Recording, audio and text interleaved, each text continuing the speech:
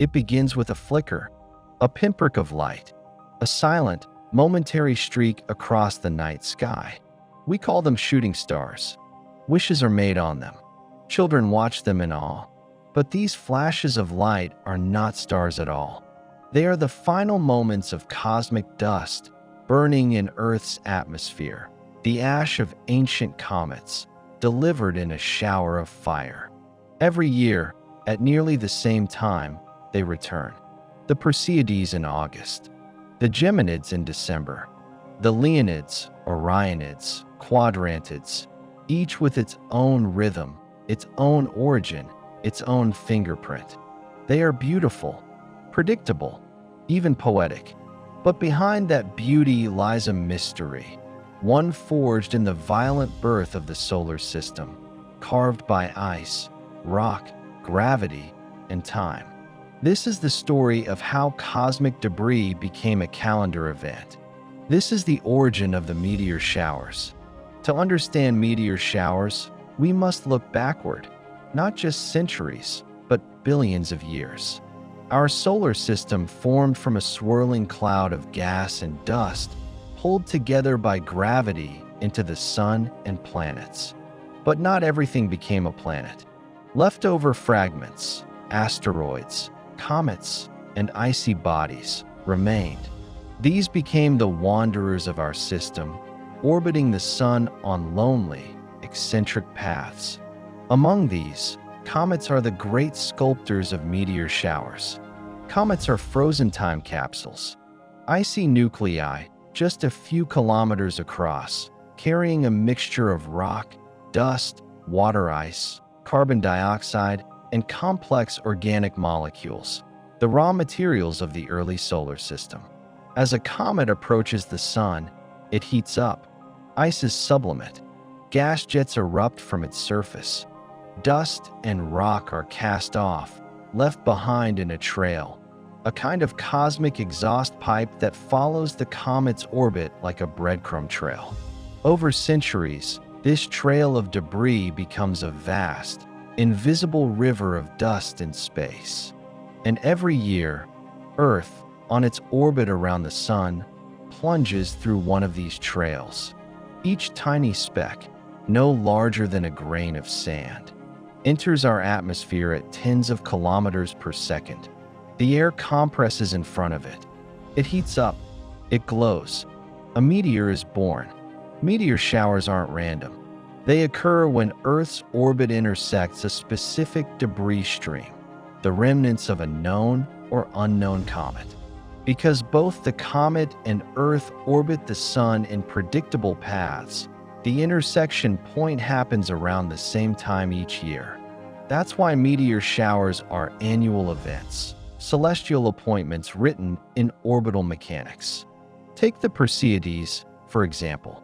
Every August, Earth moves through the dust stream of Comet 109P/Swift-Tuttle, a 26-kilometer-wide relic that last passed near Earth in 1992 and will return in 2126. The Leonids, with their dramatic fireballs, originate from Comet Tempel-Tuttle.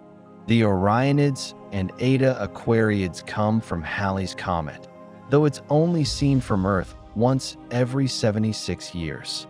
Some showers are more intense than others. Some years, they flare with hundreds of meteors per hour. Others, they fade. It all depends on how concentrated the dust stream is and where Earth intersects it. Sometimes, Earth plows straight through the densest part. Other times, it only grazes the edge. Despite their brilliance, meteors are small. Most are no larger than a grain of rice. Yet, hitting the atmosphere at 40 to 70 kilometers per second, they generate enormous heat, enough to ionize the air, causing the characteristic bright streak. The brightest meteors, known as fireballs, may be pebble-sized or larger. They can cast shadows, produce sonic booms, and even leave behind glowing trails that persist for minutes. The color of a meteor reveals its composition: green from nickel, blue-white from magnesium, orange from sodium, yellow from iron. And when dozens or even hundreds fall in a single night, we call it a shower, a display of cosmic incandescence choreographed by the solar system's most ancient architects. Meteor showers are named for the constellation where the meteors appear to radiate from, their radiant point. But that's just a perspective trick. In truth, the particles travel parallel to each other, like a rainstorm hitting your windshield on a dark highway. Some meteor showers have clearly identified parents. The Geminids in December are an anomaly, caused not by a comet, but by 3200 Phaeton, an asteroid with comet-like behavior. The Perseids, August's most famous display, come from Swift-Tuttle. The Leonids, known for dramatic meteor storms every 33 years, hail from Tempel-Tuttle. Others remain a mystery. There are showers with no known cometary parent. The debris stream is there. The meteors fall, but the comet is gone or never found. These lost parents hint at the fragility of comets. They can fragment, disintegrate, or be perturbed out of their orbit. Some are seen once and lost forever. In a few rare cases, we've witnessed a comet break up and create a new shower in real time, like the cracked group of comets that may be linked to the Ariadids. It's a reminder that the night sky isn't static. It's evolving, dynamic, alive.